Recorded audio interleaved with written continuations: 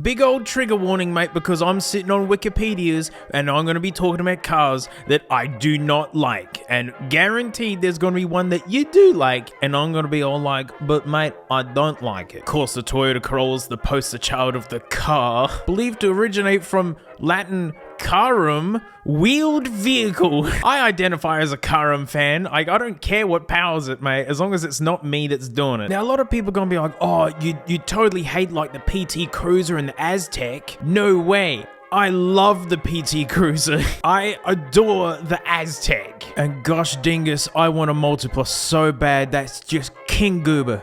King of the goobers. See, for me, the cars that I really hate based on just looks, oh my god, oh, look what they did to my boy. They took all the goober out. Oh. But look, like, the goober still remains this crazy bubble butt that it has. No, that's upsetting. No, I don't. I need to have one. We didn't get them here in Australia. I didn't know they tried to fix it. Early 90s Camrys. I can't stand these because they're just featureless. It's just an NPC looking car. Just give it 4 doors and a boot and send it. Yeah, you see, again, like, there's just nothing. They're featureless. In this era of like clip-on hubcaps, it's just so fugly. I mean, there is a charm for just these kind of boxy slabs. I mean, I love it because it's just so uggo. Look how they tried to give it like just even a little bit of flair on like the rear wheels here, like shwa. It looks like it's permanently wearing 80s reading glasses. I love how Toyota always did this when they had to do like a hatchback version of any of their sedans. I don't know, just put a triangle on it and it's done, mate. Oh, what is this? I kind of like this because it's really goobery looking, like any car with giant windows and tiny wheels. And my favorite bit is the tiny wheel arches. It's like, no, this DNA is not designed for anything bigger than 13s. A bunch of cars that I really hate is like just badge engineered cars where it's just someone else's work with just a different badge on it. And beloved Holden suffered so poorly.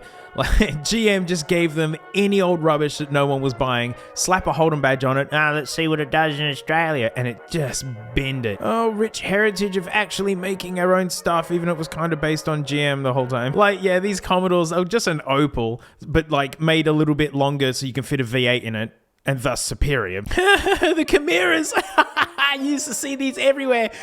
Looking front. Like, it looks like an electric car, but no, there's like a little pathetic 4-cylinder smoke blower in there. These Uggo wheels.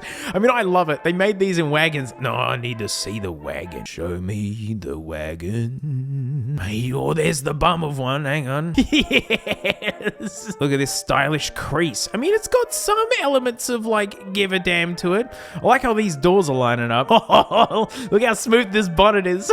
It's like, that is just a piece of sheet metal from Bunnings. Holden Barina. My nana had one of these. And that's actually like the bonnet release so you could get in there. Man, they're just this tiny little thing. I think Suzuki made these. Yeah, it's a Suzuki. Oh, mate, this one's got the snazzy front on it. Not the snazzy wheels, though. These were sold as a Geo? Hang on, GMM platform. Whoa, the Nugget platform. Oh, the Geo Metro. I knew it. Ooh, look at this wheel arch into the bumper here. That's a smooth line right there. Oh, gosh. I mean, this window line just bothers me. Like, it just reeks of cheap. No features around the wheel arches. This weird hump. Oh, look, it's the M platform's greatest hits. Geo Metro. Yeah, it's same car. Same, yep, it's all the same car. What's a Justy? Whoa! Is this a Japanese Tony? 4-wheel drive! It's a Super Nug. Oh, I've just learned of the Justy, and now I lusty for the Justy. It's also called the Trendy. Europe got a Justy. Why does that look like an Ignis? This guy is so similar. So similar. Wow, there's this strange side to Subaru that I didn't know of, like just badge engineering. I want that one though. That's excellent. Anyway, back to the Barina. Gosh, this video is just gonna be full of tangents, so yeah, just get used to this. I actually had one of these in Sanic, the blue bowl color, and it was killer. Like, these are little German-made nugs. It was great right up until the engine exploded, but I did get it from a dodgy dealer for, I think, $600. Oh my gosh, it was this color. This is what I had. Same color and everything.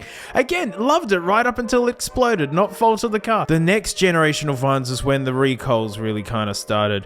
Yeah, these. A rebadged Daewoo Kalos. My mum had one of these. It was okay, but it was just cheap. My teenage car was one of these, an EB Fairmont. It was full leather interior, trip computer, like cruise control, all the buttons, and it was a nicer car to drive than this. But they're just these generic little front-wheel drive 4-cylinder things. First gen Daewoo Lacetti. Try to forgetty.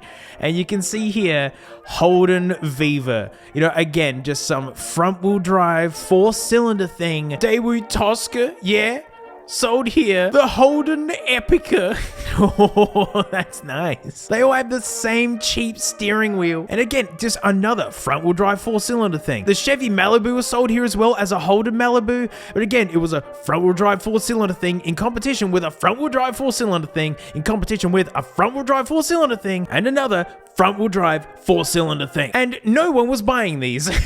All of this in competition with itself, not realizing that there were other people making better things, although I do actually like how these Chevy Malibus look, but I just don't care about a front-wheel drive 4-cylinder thing. MG is like a proper, I mean, look, founded 1924, like crazy amounts of car history. I mean, MG went through a lot of hands. Predecessor, yeah, and then predecessor, British Leyland, and then predecessor, British Motor Holdings. Oh, see all the UK people? These were your nugs.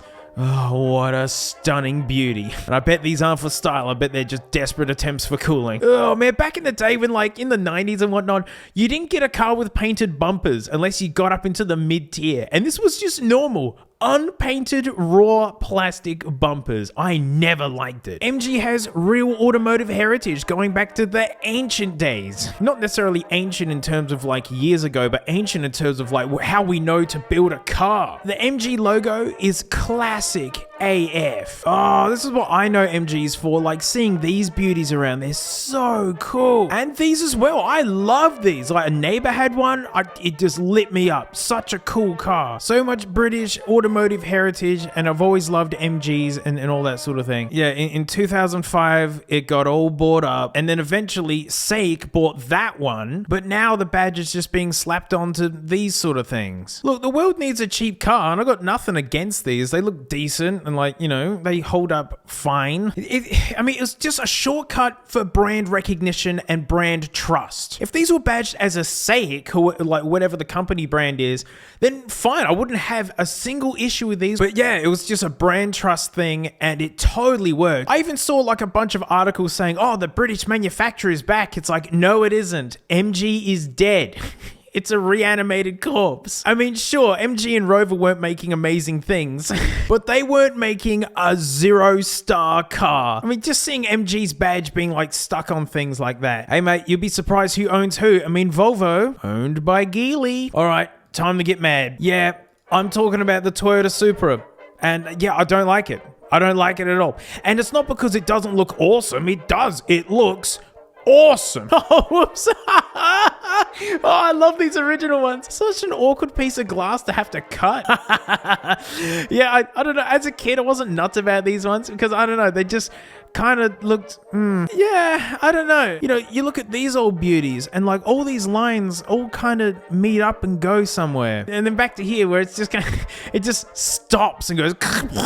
I'd still love one, don't get me wrong. See, like, I like this. That looks, I like that, especially with those wheel arches. Oh, no pop-up headlights. Yeah, there they are, baby. Woo! Yeah, it looks tough and chunk, doesn't it? Look, even like the reflectors and things here get their own little puffed out and things and whatever. I mean, it smacks of effort. I love it. Again, awesome. Twin turbo, so much fun. Pop up, so much fun. And yeah, there's the, you know, everyone go fawns and kicks on about the fourth gen. And I'm one of them. I adore these. That is a huge bonnet. You know, the 2JZ underneath it. So good that it found its way into so many cars. I love the big boomerang spoiler. That's just the business. It's just so much fun. It's like meant to be obnoxious. Oh, I love this like cockpit interior, like rev counter front and center. The same wheel they put on a Camry. Oh, tape cassette, look out.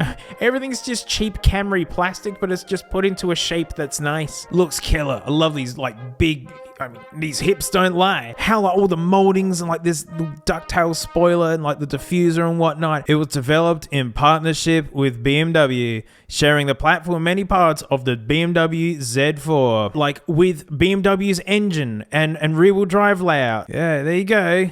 That's what your Super is. Yeah, again, cool car. But I just care about the DNA. Like, I'm a big car bore, and it's just, I hate corporate spreadsheet cars, especially from Toyota. Group A Rally, like iconic Toyota. Oh, winners of like 2014, like the big pants racing series. Oh man, these are such hardcore cars. Oh look, it has their engine in it.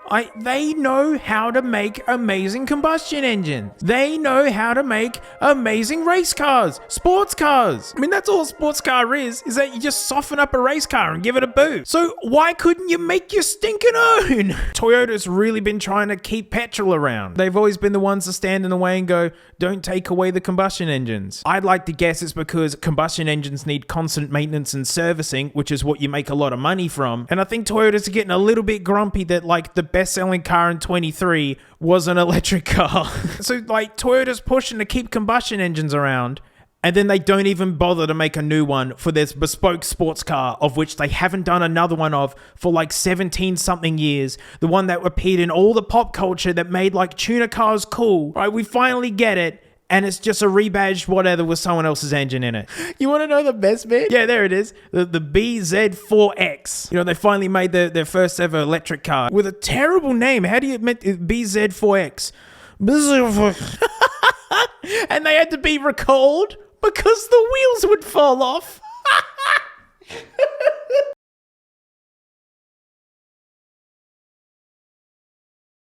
The original Mercedes CLS, the first four-door coupe, where it was a Mercedes E-Class with less room in the back, but for this, whoa, the style. I love it. Some people call it the banana car or whatnot. I adore this shape, but it spawned the monsters. Oh, I hate these. Just big stilted sedans. It's just a sedan on stilts. It doesn't even have extra room in the back. Like, it's just big for the sake of big. Bigger, heavier, wobblier cars are just less comfortable and have less performance, you know, and you just spend more fuel to move your ugly chariot around. Yes, it's nice to step in and out of a big tall car. Oh my gosh, they're a category. Oh, I hate it. I mean, this is what I call blob cars. They're just a blob. Oh, no.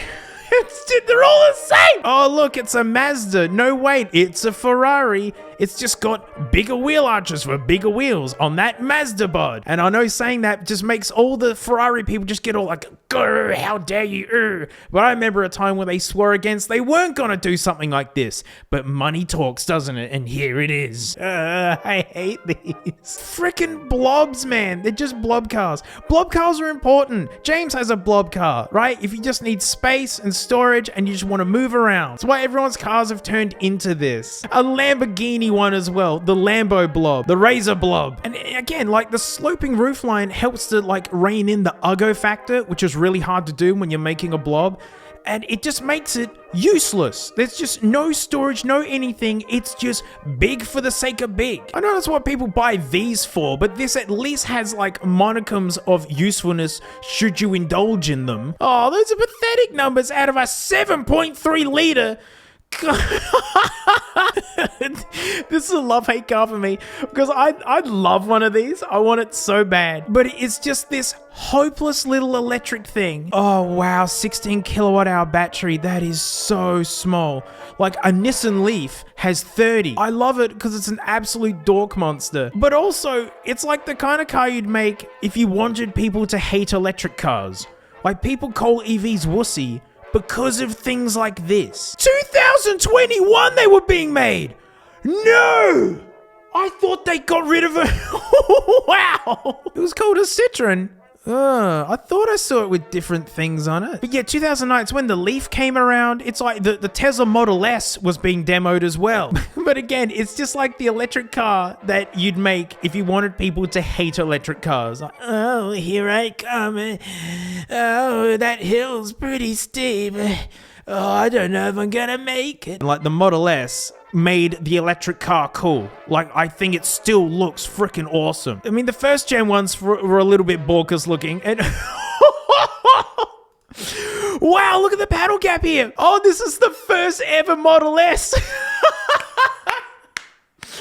Oh, hey, the ones in the background are better. I have been in and out of a lot of new Model 3s and whatnot, and like, it seems they've really reined that problem in. I'm not upsetting enough ears. The Holden VL Commodore. What a bucket of rubbish this thing was. Oh, man. And like, yeah, it's not because this thing's dilapidated and aging, and this is an ancient example. They're just crap. I had, I had two of them. And they were full of rust. Holden was not doing well money-wise, which is why it has, read it, an RB30, like the famous Bing Bang Boom Nissan Motor Series, famous in the Skyline, and nearly no other cars have it. Yeah, there you go. Look, it's got Holden cast on it. Yeah, Turbo RB in a VL Commodore. The Calais Turbo, look cool with like the squinty lights and things on it and whatnot, and the cool turbo badge. But the car was rubbish. It just was. It was an absolute shed. Like, they just rusted out. They just weren't put together very well. And it's famous for having someone else's engine in it. In other words, the beginning of the end of Holden. We would never get our own Holden 6-cylinder ever again. Holden had a rich history of having their own straight sixes. I had a 202. My goodness, I adored it. Yeah, oh, there's the blue. Well, guess what? They called it the blue motor. Love these old school rocker covers. I grew up with stuff like this because I lived in the country. They did try and put fuel injection on it. Man, that's gooberous looking. That I think it was like we're switching the higher octane fuels and whatnot, and like, you know, this guy just couldn't keep up. The Commodore always was like a hodgepodge throw together of a bunch of GM bits and whatnot, but this was the first time that it didn't even have an Aussie heart. And just a quick nasty stab. My mum had one of these. I actually like it. It's an original shape. It's a practical shape. I didn't hate it. I actually thought it was a pretty nice car. But boy, I cannot handle the second gen Kia Rios. I mean, this slab of plastic here really bothers me. I mean, I get the practical shape, so it's actually useful. And they tried to save it with the window line to be like, no, it's a sleek car. Don't look at it. But it just looks like an egg inside of a box. And there's a long ramble about some cars that I don't like. And a lot of cars that I do like. But, you know, cars that I don't like. And now you know why I don't like them, and they're just for reasons that fit me and what I hold dear to me in cars that I enjoy, and they don't have to fit you. And that's it. You go, what?